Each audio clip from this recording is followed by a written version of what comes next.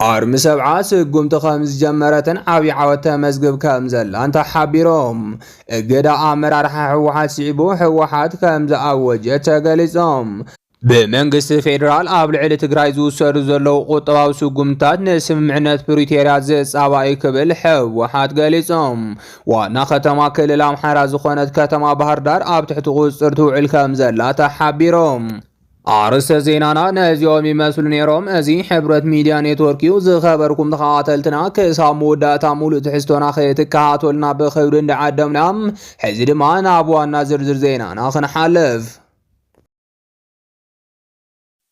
أرمي سبعة سقوم تخامز جمرة عابي عوتا مزقب كامزل أنت حبيروم معراب تقراي آب تحت بلسقنا أورومون صنفني حايل تاطا محران كاب تأتو عامتات كامزو صارت زيف اللات يوم بلسقنان مشارختون آب معراب تقراي زنبرا نباراي تقراي بمجفجافن بمبرارن قزاوتون بحافشاد ما خلو نبروتن نايب علوم كامز قبر وفلفلات يحبروم كابزي بتوساخي معراب تقراي كاب كل الامحارة زخور حدشت سفرت خمز ملأتن تقراوي عباري رومري فرندم مكياد مدلواتهم كمز ودون زرخبنا يحابري تيردم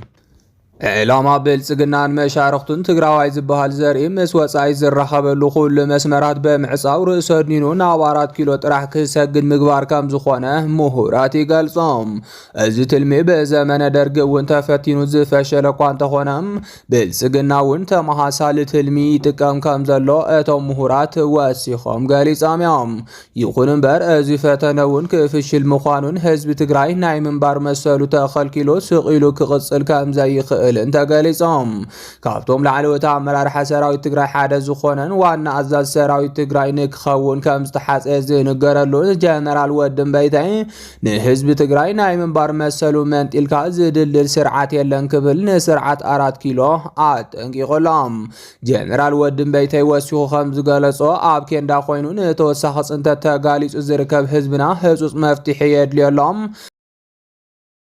نزيد ما كل حزبنا دلو كخونا لو زبل ملأختي كامزا محلالفة تقاليصوم ازي كمزيلو نحالو جنرال ود وردن مسارحتون نابادي سابا زمرحن تخون مس ابي احمدن كالوت سبا سلطان بلصقنان زاتا بمكيان ناي موداتا قال بلصقنا حيزوم كملسو تسويتنا تغبرلهم كمزركب كاب تقراي ترخب حبري تردم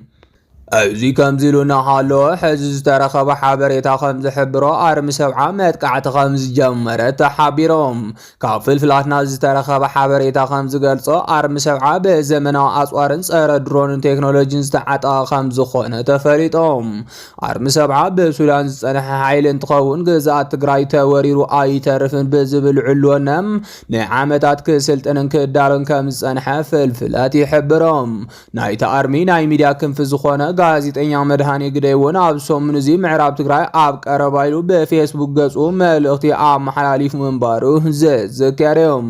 ስለዚህ ድማ ጎሮሮ ትግራይ ዝኾነት ምዕራብ ትግራይ ካብ አገዛዛ ብልጽግና ኦሮሞን ጽንፈኛ ኃይልታት አምሐራ ነጻ ትኾነሉ መዓልቲ ከምዛ አኸለ ብዙሓት እንዳገለጹ ይርከቦም قد مرارح حوحات سعيبو حوحات كامزا أوجت حابيروم سرعات بلسقنا حزب تقراي نابداق ما يكينات نخاطو بزحات سقومتات إنا وسدا خامز ركاب إنا تقل سيركاب سرعات بلسقنا قابل على حزب تقراي زي حاسبو خينات نخو لعنا يدرون متقعت خامز كايداي فلات يوم اتنا يدرون متقعت دما قابل على نباراي حزب دو تقراين آوالات سيراوي تقراي لعل قدات كامزا صحف الفلات زي حبرو كوان تخونهم مراحت تقراي جن كينات يجمر بمفرح تخونتات بتعقست خمز حالف ويفلات بلصقنا اورومو نايدرون متقعتي فصيمون اتزحاسو علامه سلا زي تعوتم ابل عل تግራይ ናይ ቁጠባ አገራሃት ከም ዝቀጸለሉ ምሁራት ይገልጾም እቶም በብልጽግና ዝውሰዱ ዘለው ገዳታት ህዝብ ትግራይ በቁጠባ ንምድኻም ዒላማ ዝገበሩ እንትኾኖም ናይ ሸቀጣ ሸቀጥ ነዳድን ከም ዘጠቃል ድማ ተፈሊጦም ኣብ ዝቀረባ ዋን ድማ በልጽግና ናብ ትግራይ ዝግበር ዝግበር ናይ ገንዘብ ምንቅስቃስ ገደብ ከም ዝገበረን ኣብ ትግራይ ዘለዋ ናይ ፋይናንስ ትካላት ናይ ገንዘብ ሕጽረት ከም ዘጋጠመንን እናተጸብጸበ ይርከብ። ብልጽግና ኣብ ልዕሊ ባንክ ኣካውንታት ኩባንያታት ትእምት እገዳ ከም ዘመሓላለፈ ዝፍለጥ እንትኸውን ሕዚ ድማ ካሊእ ሴራ ሒዙ ከም ዝመጸ ተፈሊጦም። ብልጽግና ባንክ ኣካውንት ኩባንያታት ትእምት ብምእጋዱ ካብ ፈተውቱ ዝበሃላ ሃገራት እውን ከቢድ ጽዕንቶ ስለ ዝገጠሞም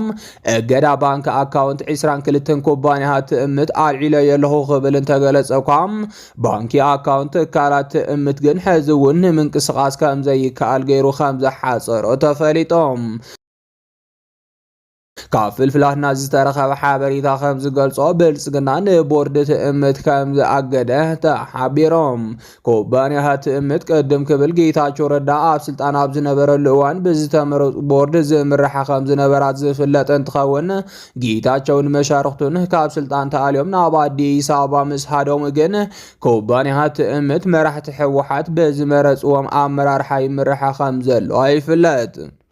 ብልጽግና ሕዚ ዘመሓላለፎ ትእዛዝ ድማ ብሕወሓት ዝተመረፀ ኣመራርሓ ቦርድ ኩባንያታት ትእምት ኣጊደ የለኹም እቶም ኣብ እዋን ጌታቸው ረዳ ዝነበሩ ኣመራርሓ ቦርድ ኩባንያታት ትእምት ናብ ስልጣኖም ክምለሱ ኣለዎም ዝብል እዮም። ይኹን እምበር እዚ ትእዛዝ ብልጽግና ብሕወሓት ተቐባልነት ይረክብ ዶ? ተቐባልነት እንተዘይረኺቡ ድማ ቀጻሊ ስጉምቲ ብልጽግና እንታይ ይኸውን ዝብል ግዚኡ ዘይተመለሰ ሕቶ ኮይኑ ቀጺሉ ኣሎ። ስለዚ ድማ ብልጽግና እገዳ ትካላት ትእምት ኣልዒለ የለኹ እንተበለኳም ብኻልእ ሴራ ስለ ዝፀሓፎም ጉዳይ ኩባንያታት ትእምት ዓብዪ ኣጀንዳ ኮይኑ ከም ዝቕጽል እናተገለጸ ይርከብ። በመንግስት ፌደራል ኣብ ልዕሊ ትግራይ ዝውሰዱ ዘለዉ ቁጠባዊ ስጉምታት ንስምምዕነት ፕሪቶርያ ዘጻብኣዩ ክብል ሕወሓት ገሊጾም። መንግስት ፌደራል ኣብ ልዕሊ ትግራይ ዝወስዶም ዘሎ ቁጠባዊ ስጉምታትን ንኣተጋብራ ስምምዕነት ፕሪቶርያ ዝጸልዩ ክብል ዝገለጸ ውድብ ሕወሓት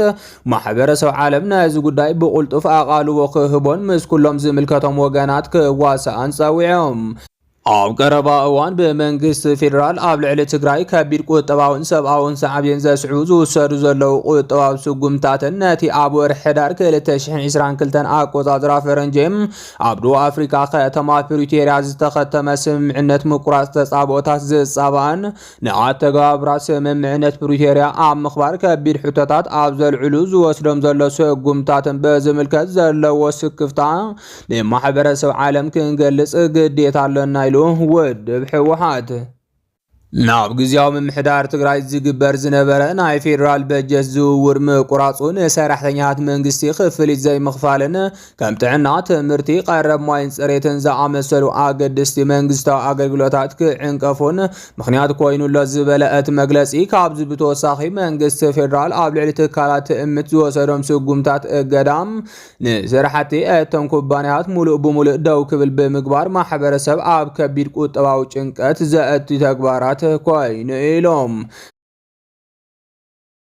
መንግስቲ ኢትዮጵያ ንትግራይ ዝኣቱ ዝነበረ ቀረብ ነዳዲ ብከቢድ ምግትኡን ህዝባውን ናይ ጽዕነት መጓዓዝያን ቁጠባዊ ንጥፈታት ማሕበራዊ ኣገልግሎት ሓዊሱ ህጹጽ ኣገልግሎት ኣምቡላንስ ንደቂ ኣንስትዮን ህፃናትን ካብ ዝተዓናቐፍ ዳርጋ 10 ኣዋርሕ ኣቕፂሩሎ ዝበለ መግለፂ ውድብ ሕወሓት እዚ ምዕባለታት እዚ ነቲ ዛጊድ ዘይሓወየ ዘሎ ሰብኣውን ቁጠባውን ኩነታት ትግራይ ዝያዳ ዘጋድዶን ናብ ምሕዋይ ዝግበር ፃዕርታት ዘተዓናቕፍን ዘዳኽም ክብል ገሊጾም። ድምር ኣቢልካ እዞም ዝውሰዱ ዘለዉ ስጉምትታት ኣብ መስርሕ ሰላም ዘሎ ምትእምማን ክሽርሽሩን ድሕሪ ምፍራም ስምምዕነት ፕሪቶርያ ዝተረኸበ መኽሰብ ንድሕሪት ክምለሱን ተኽእሎታት ዳግማይ ዘይምርግጋእ ክውስኹን ሓደጋ ኣለዎም ክብል ድማ ኣገንዚቦም። ብምዃኑ ድማ ማሕበረሰብ ዓለም ነዚ ጉዳይ ብቕልጡፍ ኣቓልቦ ክህቦን ምስ ኩሎም ዝምልከቶም ወገናት ክዋሳእን ውዕሊ ፕሪቶርያ ሙሉእ ብሙሉእ ንኽትግበር ፃዕርታት ይልን ከደግፍን ላቦ ክብል ውድብ ሕወሓት ኣብ መግለጺኡ ጸዊዖም። ዋና ከተማ ክልል አምሓራ ዝኾነት ከተማ ባህር ዳር ኣብ ትሕቲ ቁፅር ትውዕል ከም ዘላ ተሓቢሮም ሓይልታት ፋኖ ኣብ ዘካይድዎም ዘለዉ ወፍርታት ዓወት ይቐንዖም ከም ዘሎ ካብ ክልል አምሓራ ዝተረኸበ ሓበሬታ የረድም። ሓይልታት ፋኖ ኣብ ወሎ ዘካይድዎ ዘለዉ ወፍሪ ብዙሓት ግዝኣታት ከም ዝተቆፃፀሩን እቲ መጥቃዕቲ ሕጂ እውን ይቕፅል ከም ዘሎን ኤርትራ ኢንተለጀንስ ሒዛቶ ዝወፀት ሓበሬታ የረድም። ብመሰረት ማእኸል ሓበሬታ ኢንተለጀንስ ኤርትራ ሓይልታት ፋኖ ጋሸና ሓዊሶም ካልኦት ወሰንቲ መስመራትን ከተማትን ወሎ ከም ዝተቆፃፀሩ ሓቢራላ። ካብዚ ብተወሳኺ ድማ ሓይልታት ፋኖም ደሴን ወልድያን ከቢቦምን ከም ዘለው ገሊጻላ። ካብ ዝተፈላለዩ ማዕኸናት ዜና ዝተረኸበ ሓበሬታ ከም ዝሕብሮ ሓይልታት ፋኖ ኣብ ወሎ ኣብ ዘካይድዎ ዘለዉ ወፍሪ ዓብዪ ዓወት ይረኽቡ ከም ዘለውን መብዛሕትኡ ግዝኣት ወሎ እውን ከም ዝተቆፃፀሩን ተገሊፆም። ይኹን እምበር ብልፅግና ብዝወስዶ ዘሎ ናይ ድሮን መጥቃዕቲ ሓይልታት ፋኖ ከቢድ ጉድኣት ከም ዝበፅሖም ተፈሊጦም። እዚ ከምዚ ኢሉ እናሃለወ ሕጂ ዝተረኸበ ሓበሬታ ከም ዝሕብሮ ድማ ዋና ከተማ ክልል አምሓራ ዝኾነት ባህር ዳር ኣብ ትሕቲ ቁፅር ሓይልታት ፋኖ ትውዕል ከም ዘላ ተሓቢሮም። ብኣብዪ ኣሕመድ ዝምራሕ ስርዓት ብልፅግና ኦሮሞ ፋኖ ተዳኺሙ እዮም ድሕሪ ሕጂ ዝቐርየኒ ምልቃም ጥራሕ ኢሉ ክፍክር እንተፀንሐ እኳ ሕጂ ግን መብዛሕትኡ ክልል አምሓራ ኣብ ትሕቲ ሓይልታት ፋኖ ይውዕል ከም ዘሎ ተሓቢሮም። ስለዚ ድማ ዋና ከተማ ክልል አምሓራ ዝኾነት ከተማ ባህር ዳር ንምቁፅፃር እውን ከቢድ ውግእ ይካየድ ከም ዘሎን ኣብ ትሕቲ ቁፅር ምውዓላ ከም ዘይቀርን እናተገለጸ ይርከብ። ናይ ሎሚ ዜናታት ኣብ ዘብቂዑሎን ንምክትታልኩም ነመስገን።